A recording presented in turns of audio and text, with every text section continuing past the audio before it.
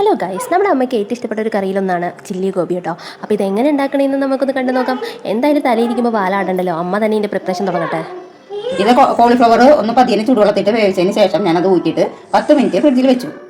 ഫ്രിഡ്ജിൽ വെച്ചതിന് ശേഷം 2 സ്പൂണ് കോൺഫ്ലവർ, 3 സ്പൂണ് മൈദപ്പൊടി, പിന്നെ 2 സ്പൂണ് വെളിച്ചെണ്ണ ഓയിൽ, അതെന്തായാലും കുഴപ്പമില്ലെന്ന് തോന്നുന്നുണ്ട്, ഓയിൽ. അതിന് ശേഷം കുറച്ച് വെള്ളം ഒഴിച്ചിട്ട് മാവ് നല്ലപോലെ ജ്യൂസ് പരുവത്തിലാക്കാം. അതിന് ശേഷം നമ്മൾ ഫ്രിഡ്ജിലെടുത്ത് വെച്ച കോളിഫ്ലവർ ഇതിലിട്ടിട്ട് നന്നായിട്ട് ഇങ്ങനെ യോജിപ്പിക്കുക. കുരുമുളക് പൊടിയും വെളുത്തുള്ളി ഇഞ്ചിയും കൂടി പേസ്റ്റ് ആക്കിയിട്ട് അതും ഇതിനകത്ത് പെരട്ടി വയ്ക്കുക. പെരട്ടിയിട്ട് ഇതെല്ലാം കൂടിയിട്ട് മിക്സ് ചെയ്യുക. അതിനുശേഷം നല്ല ചൂടുള്ള എണ്ണയിലേക്ക് നമ്മൾ ഈ കോളിഫ്ലവർ ഇട്ട് നന്നായിട്ടൊന്ന് ഫ്രൈ ചെയ്തെടുക്കുക കേട്ടോ. ഈ കോളിഫ്ലവർ ബജി ഇഷ്ടമുള്ള ആരൊക്കെ ഉണ്ട്? എനിക്ക് ഭയങ്കര ഇഷ്ടമാണ് കേട്ടോ.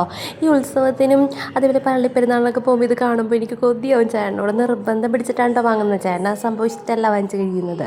പിന്നെ അതിന് ശേഷം 2 സ്പൂൺ നമ്മുടെ സോയാ സോസും 2 ടേബിൾ സ്പൂൺ ടൊമാറ്റോ സോസും 2 ടേബിൾ സ്പൂൺ വിനാഗിരിയും പിന്നെ ഒരു വലിയ ടീസ്പൂൺ നമ്മുടെ കോൺഫ്ലവറും കൂടി ഇട്ടിട്ട് നന്നായിട്ട് മിക്സ് ചെയ്യുക. എന്നിട്ട് അത് കുറച്ച് വെള്ളവും കൂടി ചേർത്തിട്ട് നമ്മളൊന്ന് മിക്സ് ചെയ്ത് വെച്ചിട്ടുണ്ട് കേട്ടോ.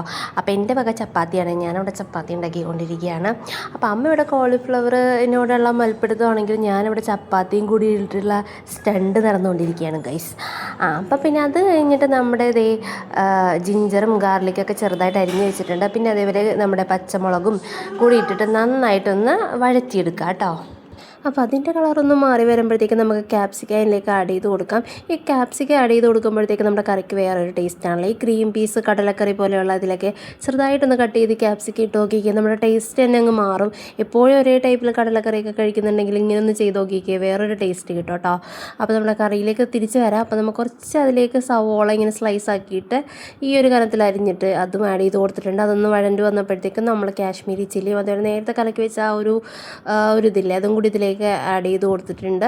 പിന്നെ കാശ്മീരി ചില്ലി 2 ടീസ്പൂണാണ്. അത് ചിലപ്പോൾ കണ്ടിട്ടുണ്ടാവില്ല. നമുക്ക് കളർ എങ്ങനെയാണോ അതിനനുസരിച്ച് എരിവും കളറൊക്കെ ആഡ് ചെയ്ത് കൊടുക്കുക കേട്ടോ. പിന്നെ അതിൻ്റെ സോസിൻ്റെ ഇച്ചിരി വ്യത്യാസം തോന്നിയായിരുന്നു. അപ്പോൾ സോസ് കുറച്ച് ടൊമാറ്റോ സോസും കൂടി ആഡ് ചെയ്ത് കൊടുത്തു. പിന്നെ നമ്മൾ മല്ലിയിലയും കൂടി ഇട്ട് കൊടുത്ത് നമ്മുടെ കറി റെഡി ആയിട്ടുണ്ട് കേട്ടോ. ഒരുപാട് നേരിട്ട് വേവിക്കേണ്ട, ഓൾറെഡി നമ്മൾ ഈ കോളിഫ്ലവറൊക്കെ നന്നായിട്ട് ഫ്രൈ ചെയ്തെടുത്തതാണ്. അപ്പോൾ ഒരുപാട് നേരിട്ട് വേവിച്ച് കഴിഞ്ഞാൽ അത് ഉടഞ്ഞു പോകും.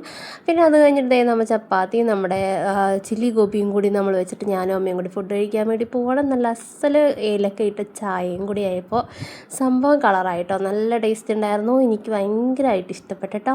അപ്പോൾ നിങ്ങൾക്കിത് ഇഷ്ടപ്പെട്ടെങ്കിൽ നമുക്ക് ലൈക്കും സബ്സ്ക്രൈബും തരാൻ വേണ്ടി മറക്കണ്ട.